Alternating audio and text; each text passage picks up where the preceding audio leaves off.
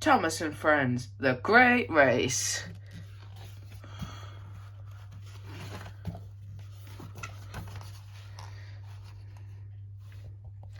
One sunny day on the island of Sodor, Thomas the tank engine shoved into Vigorstown station and saw a shiny new engine. Gordon pulled up next to Thomas and sighed. "That's my brother. They call him the Flying Scotsman." The new engine said he was going to the Great Railway Show on the Mainland. That's where engines compete to see who's the fastest and the strongest, but I'm not sure any engines from Sodor will be going. Thomas's rods rattled with excitement. He really wanted to go.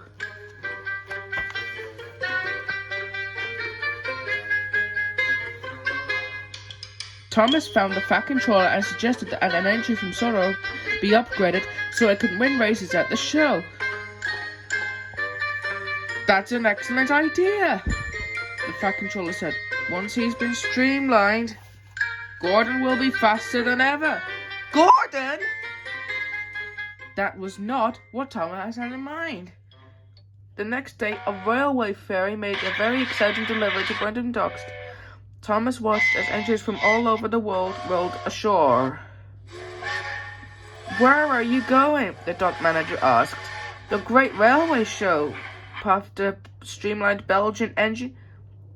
"That's not here. It's happening on the mainland," the manager replied. "Everybody back on the ship," shouted an Italian shunter. The engines jolted and pushed past Thomas as they returned to the ferry.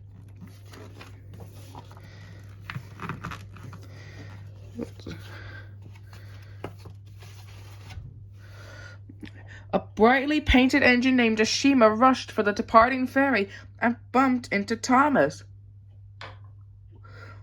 "Whoa!" he peeped as he teetered on the edge of the quay. Dock workers quickly wrapped a chain around Thomas's coupling hook. With Ashima's help, they pulled him back from the edge. Ashima apologized for bumping Thomas and asked if there was another way to the mainland, since she now missed her ferry. But Thomas did not answer. He just chuffed away in a huff.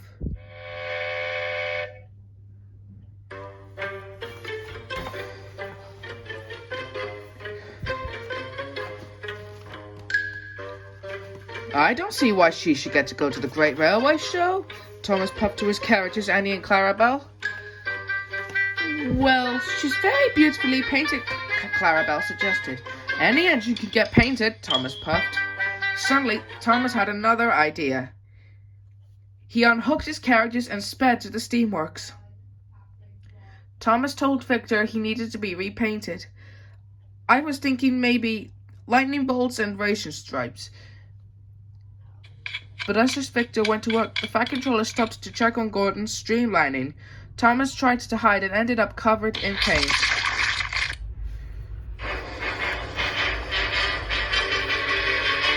Meanwhile, over at the Diesel Works, Diesel had an idea of his own. He wanted to disguise Paxton, Den and Dart as his trucks and pretend to pull them. "I'll look like I'm pulling a very heavy train all by myself," he announced with a snicker.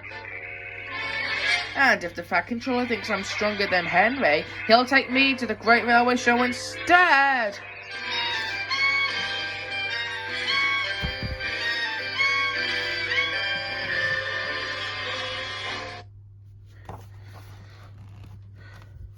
Later that day, Thomas met Ashima again. She didn't understand why Thomas wanted to be painted like her. "You can only be you," she tooted. "Every engine I've ever known was useful and had a job they could do." Ashima asked Thomas if he was good at shunting and sorting trucks. "Yes," Thomas peeped. And then he had his best idea yet for going to the Great Railway Show. "I'll show the Fat Controller what I could do best."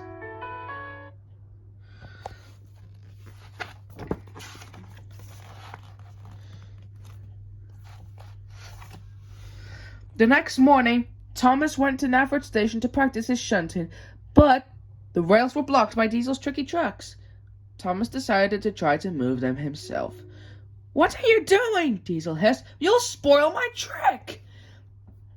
The disguised diesels started to chug along with Thomas. He was surprised by how easily everything moved and how quickly. There was a red signal ahead. Thomas tried to stop, but the diesels kept pushing because they couldn't hear the warning bell. Crash!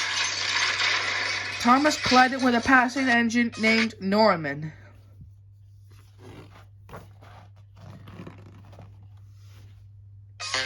It was the day of the Great Railway Show, and all the engines the Fat Controller had chosen were ready to go.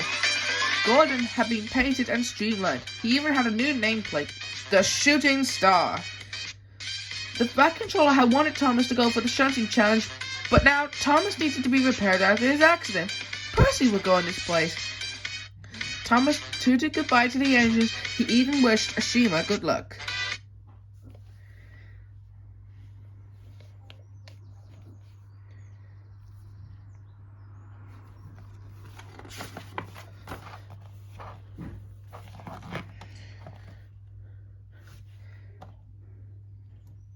Later that morning, Victor and Kevin discovered that Gordon's safety valve hadn't been installed after his streamlining.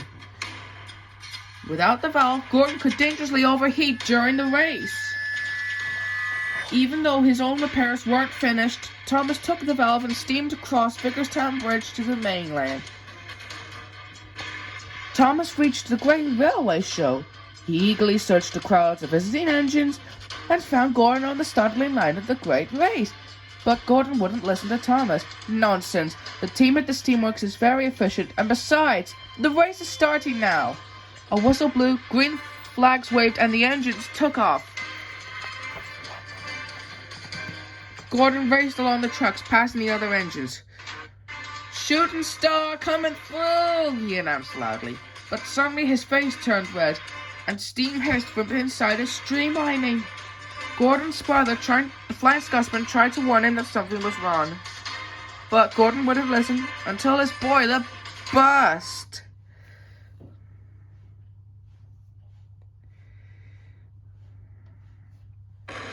He sputtered to a stop in a cloud of steam as the other engines sped on. Oh, the indignity, he peeped.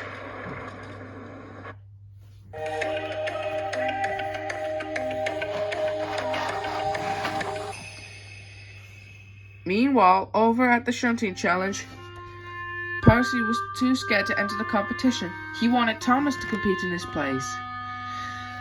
"Okay," Thomas peeped, "but I might lose, you know." But Thomas didn't lose. He chuffed through round after round, pulling tankers and flatbeds into line. He beat big engines from Russia, Italy, and Brazil. In the end, there were only two engines left, Thomas and Ashima. A whistle blew and the final challenge began.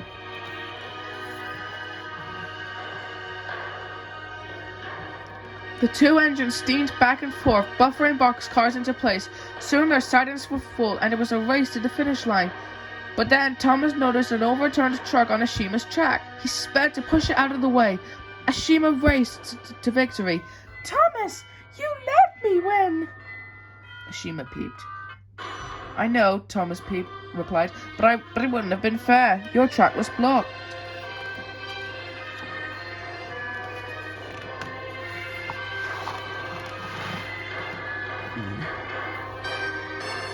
Soon after, everyone gathered for the award ceremony. "We would like to declare 2 winners in the shunting challenge," announced a judge. Ashima won for the fastest time, and Thomas had also won for helping his competitor. All the engines whistled and cheered. Even Gordon's brother, the Flying Scotsman, admitted it. He was impressed with the engines from Sodor.